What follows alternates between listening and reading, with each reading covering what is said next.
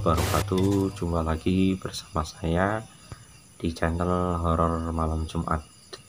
Jangan lupa subscribe, like, komen, dan pencet tombol lonceng untuk mengikuti. Pemirsa yang budiman, malam ini saya akan menceritakan cerita mistis yang dialami oleh teman saya. Sebut saja namanya Herman dan Atok. Atok merupakan pemuda yang berniatan untuk berwirausaha membuat peternakan ayam. Si Atok dan Herman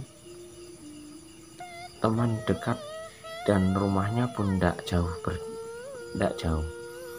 Ketika pagi mereka duduk bersama sambil ngobrol.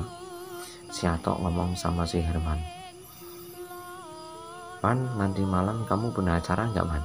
"Nggak ada, Tok. Nanti malam tak ajak ke kandang ayam ya." "Oh, oke. Jam berapa kira-kira kita mau ke sana?" "Jam 8 lah."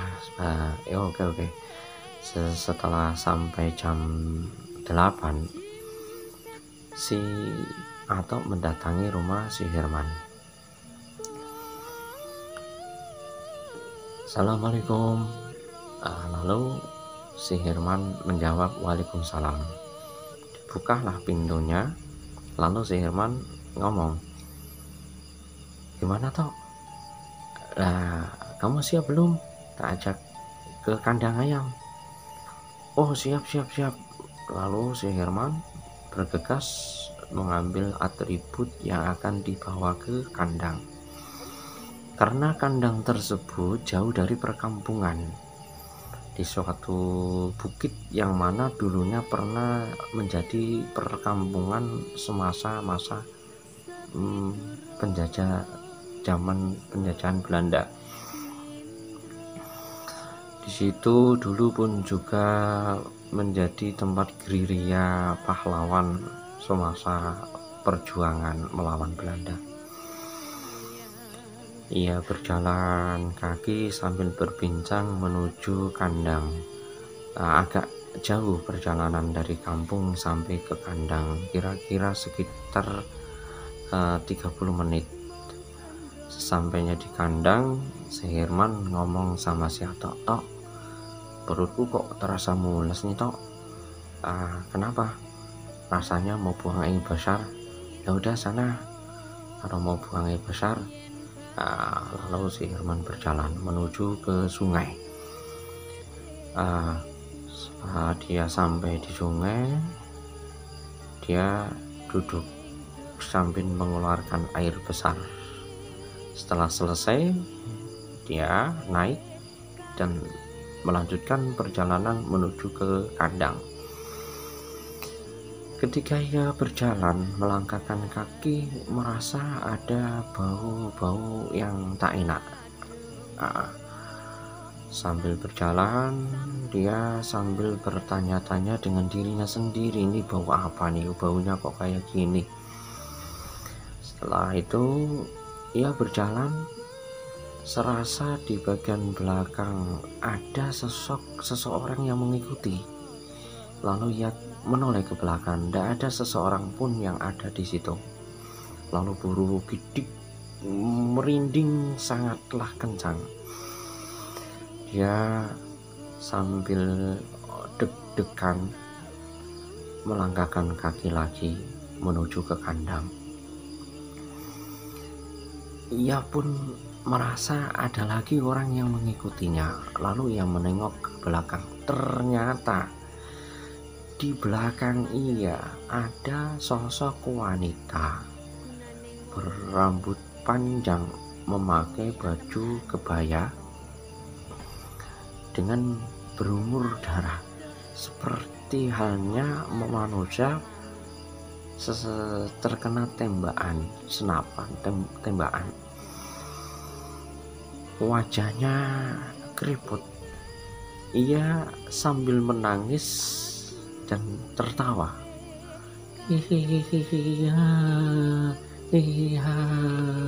Lalu si Herman merasa ketakutan, berlari terbirit-birit hingga terjatuh, bangun lagi, terjatuh, bangun lagi, terjatuh, sehingga pakaian pun basah terkena air karena di situ melintasi ladang tanaman padi. Semua baju basah semua. Lalu ia memberanikan diri menengok ke belakang. Ternyata sosok tersebut sudah tidak ada. Dia ambil nafas, menenangkan diri. Lalu ia melangkahkan kaki lagi. Gak lama kemudian kakinya merasa tersandung sesuatu. Lalu ia mengambil HP untuk menyadari ada sosok apakah yang menyandung ia. Setelah dia senter pakai HP, ternyata di situ banyak mayat-mayat terkapar seperti orang yang baru saja meninggal dibantai dengan senapan tembakan. Darah berkucuran di tanah. Lalu ia lari dengan sangat kencang tanpa konsentrasi. Ia jatuh dan bangun, lari lagi. Gak lama kemudian sampailah ia di kandang. Si Totok heran melihat si Herman bajunya basah kuyup. Lalu si Totok berkata sama si Herman, "Man, kenapa Man? Kok basah semua bajunya Man? Ngompol ya kamu?" Enggak, aku enggak ngompol." "Oh, enggak ngompol. Lah, kok basah semua?" "Nih, celaka. Tadi ketika saya selesai buang air besar, di situ saya diikuti sosok wanita rambut panjang dan menakutkan." "Wah, masa itu cuma halusinasi kamu saja?" "Enggak, beneran. Lalu setelah aku menengok lagi, sosok itu tidak ada. Melanjutkan perjalanan, kaki saya menyandung ada mayat-mayat terkapar di situ seperti orang yang baru meninggal. Wah, itu halusinasi kamu saja, jangan mengada-ngada. Nih, udah sini, duduk aja nih, ada rokok. Ya, rokok sambil nih minum ya." Nah, ia sambil mengatur nafas, sambil menikmati sebatang rokok, seraya ingin menghilangkan ingatan kejadian yang ia rasakan. Setelah selesai, si Herman menengok di bagian kiri kandang ayam, melihat ada suap percikan api sebesar ibu jari. Lalu si Atok ikut menengok, ingin menyaksikan apakah benar ada cahaya sebesar ibu jari, percikan api seribu jari. Dan Atok ngomong gini, "Wah, kamu ngada-ngada aja, itu paling mata kucing." "Enggak, itu coba itu loh, itu tuh besar, tambah besar loh itu." Si Atok pun dengan penasaran ikut menyaksikan. Semakin lama ia pandang, percikan tersebut semakin membesar hingga besarnya besarnya sebulan. Kemudian si Atok mengambil semua atribut yang ada di dalam, bergegas lari. "Ayo Man, kita lari aja Man, yuk lari Man. Mungkin itu Banaspati. Ayo kita lari." Lalu ia lari dengan sekencang-kencang mungkin.